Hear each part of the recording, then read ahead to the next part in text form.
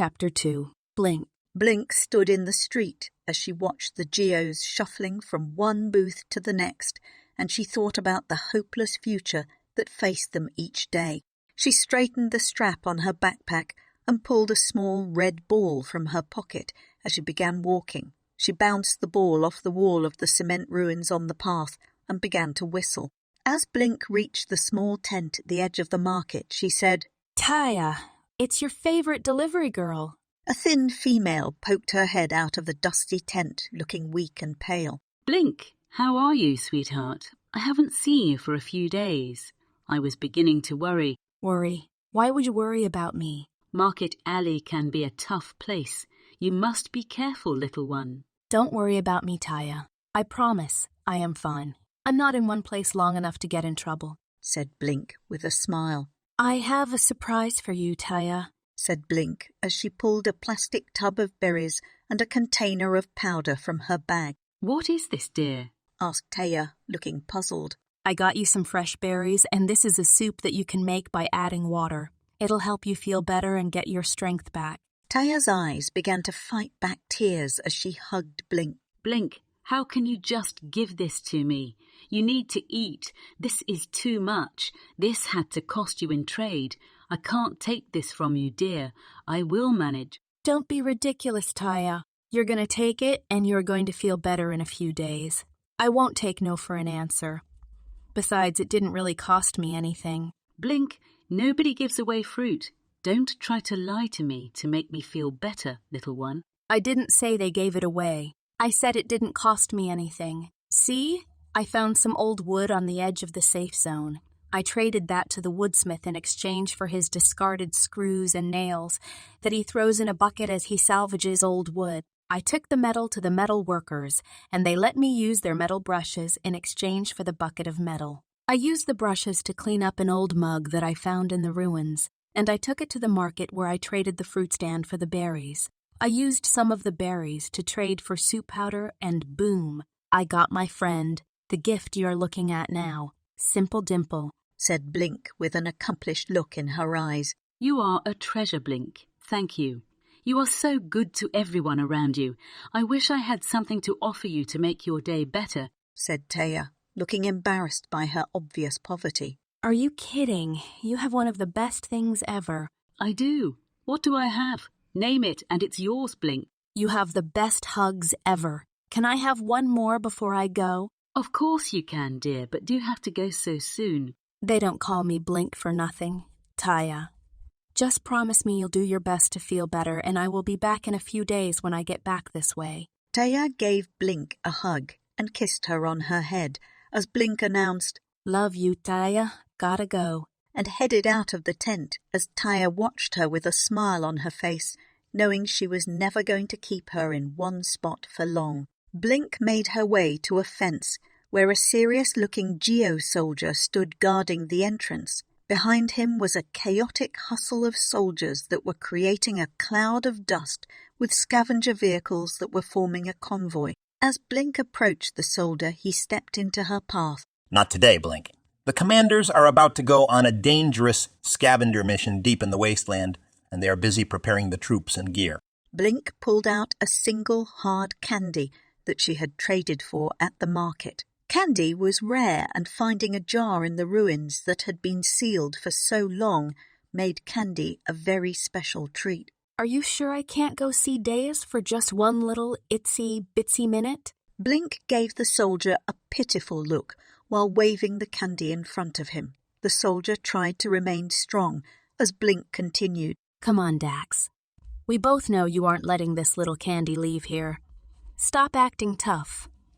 You can't resist the yellow ones. They taste like lemons. The one serious-looking soldier dropped his stiff appearance as he looked over his shoulder at Deus, the South Wall commander who was watching the exchange.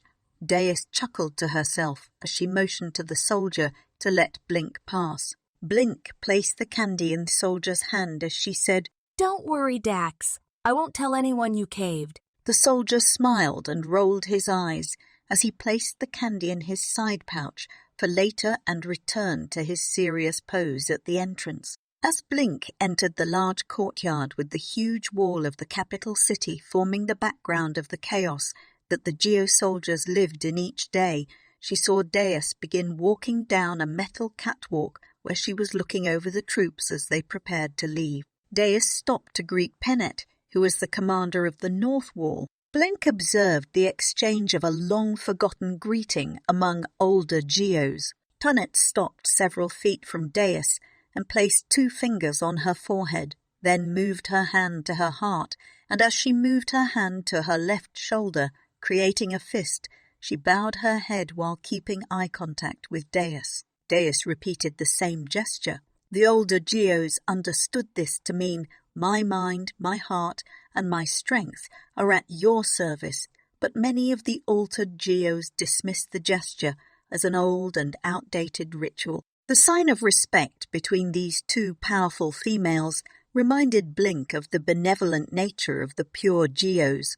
All pure Geos were females because they were created from the unaltered blueprint of the Creator, who purposely envisioned them as teachers and graceful guides, rather than soldiers. While the commanders were some of the few remaining pure Geos, they shared a dedication to the city and to humanity, which they sealed with a vow to never reproduce. Pure Geos, being females, would be required to weaken their children by taking an altered Geo mate, and they believed this would cause a child to be born into a life of servitude and slavery. As Blink approached Deus and Pennet, she said, Does the council allow this much beauty and wisdom to be in the same place at the same time? This could be dangerous. You sure know how to grease the pan, Blink? said Deus with a smile. Speak for yourself, sister. I could stand to hear more. Go on, Blink. You were saying I was beautiful and wise, said Pennet as she put her hand on the back of Blink's neck. What's with all the commotion around here? asked Blink. It's a scavenger mission, Blink. We are bringing extra support for this one. We have to go deep into the Resistance territory, explained Deus. Why? What's out there that you can't get in the ruins around us? asked Blink, looking worried. Pennet interrupted. The council is demanding more supplies and we can't keep up with their demand with short trips into the safe zones around the city. We have to go deeper into the unexplored land to find more supplies. The council is risking your lives for more supplies. They live in more luxury and wealth than anyone outside of the wall. How can they demand more from those who have so little? asked Blink with an angry look in her eye. Blink, the city is the last hope for humans. They are doing research night and day to find cures for disease and ways to rebuild their world. It's our duty as Geos to protect them and give them the resources they need to accomplish that mission, said Deus. Do you really believe the humans inside of the wall care about the humans in the wasteland or the Geos who protect them? What have they done to help any of us? said Blink, still looking frustrated by the loyalty of Deus and Pennet. They created the drug that keeps our altered brethren from dying from the lung disease. Without it, they would all be dead, proclaimed Pennet. Blink continued to defend her outrage. That drug has every altered Geo addicted. Thanks to that drug, your brethren are enslaved to this wall if they want their daily dose of CB. That stuff is a chain that enslaves your people. Deus, looking annoyed, said, Enough, Blink. You are welcome here, but I won't have you degrade and accuse the leaders that we were created to protect. My apologies, Deus. I don't ever want to offend you or what you stand for. I just hate that you are putting yourself in harm's way to collect trinkets. Please promise me that you will be extra careful out there. Both of you. Pennet and Deus both put a hand on Blink's shoulders as Pennet said, They can't kill us, Blink. Who would keep an eye on you if we weren't here? You'd be staging your own rebellion on the city. Blink chuckled and smiled as she looked at the ground. I'll make you a deal, Blink. If you promise to stay out of trouble while we're away, I promise to be extra careful. What do you say? Deal, but you have to bring me back something that I can trade at the market when you come back. I think I can handle that, said Deus. Blink turned and looked at Pennet as if she was waiting for something. Well, what, Blink? asked Pennet, looking confused. I plan to be careful too. I was already planning to do that anyway. Will you bring me something back that I can trade at the market? asked Blink, looking anxious. Pennet rolled her eyes and said, Yes, Blink. I will bring you something back. No promises about what it will be, but I'm sure I can grab something you can trade at the market. Yes, I can't wait.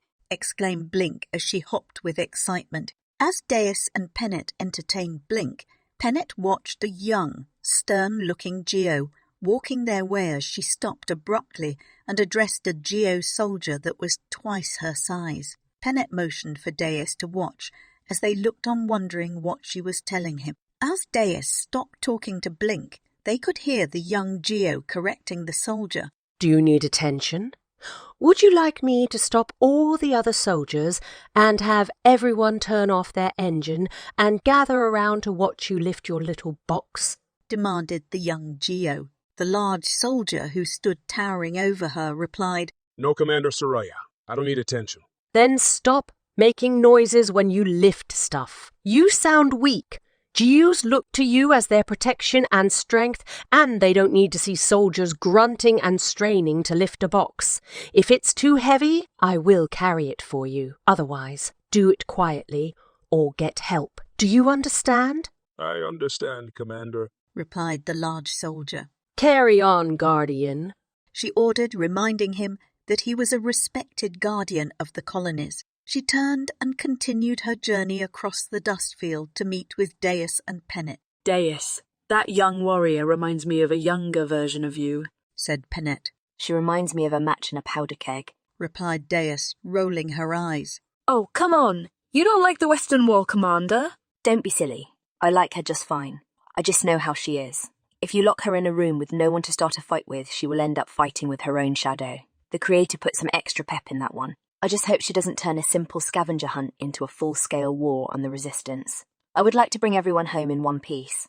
Just as Deus was finishing her thought, the feisty young commander approached and greeted Deus and Pennet with the same traditional greeting that they had given each other. So, we are off to hunt the Resistance, I see. Pennet put her head down as Deus replied, No, young sister. We're off to escort a scavenger team into the wasteland and protect them while they gather supplies for the city. That's what I said, isn't it? I would like to make this a quiet, quick and eventless trip, if at all possible, Soraya. So, it's a sightseeing trip. Why didn't you just say so? Did you invite the Eastern Wall, Commander? asked Soraya. Deus, looking confused and a bit cautious to respond, said, Soraya, the Eastern Wall commander, was killed in the waterline incident 2 weeks ago. I know, replied Soria. She was on a sightseeing mission too. Deus realized that Soria had walked her into a trap to make her point. Soria was smart on a genius level and had a way with words that left people scratching their heads long after she had left the conversation. Soria, you are a mess, young friend, said Pennet as she put her hand on her shoulder. I've missed you. I'm glad you can join us. I've missed you both, replied Soria. It's been a long time since we have fought together. With any luck, we will discover some Resistance fighters who will help make this a memorable adventure together. Pennet, knowing Deus was not amused by Soria's desire to start a fight with the Resistance, changed the subject to distract Soria. Young sister, if there is any fighting that must be done, I have no doubt you will be leading the charge. Meanwhile, let's give Deus time to finish her preparation for the mission. Let's take a walk and catch up. Hey, Soria, said Blink, who had gone unnoticed by Soria. Blink gave Soria a small wave with a huge smile on her face. Hey kid, I haven't seen you in a while. I thought they might have put you to work in the fuel factory or something, replied Soria. I'm not a Geo, Soria. C, no code, said Blink, pointing at her eye. Blink, why do you spend your time with all these soldiers and the altered Geos if you could be inside the wall living a better life? And how do you get outside of the wall? There's no way in or out. Soria asked. If I tell you how I get in and out of the city, you will fix it and I won't be able to get in and out anymore. And I spend my time with the altered Geos and soldiers because I want to live in a world where everyone is treated equally. That requires everyone to change. It might as well start with me. Hopefully, others will see that I am making friends and building relationships and follow my lead. It's the only hope we really have of healing the damage caused by war and devastation. You are a dreamer, little friend.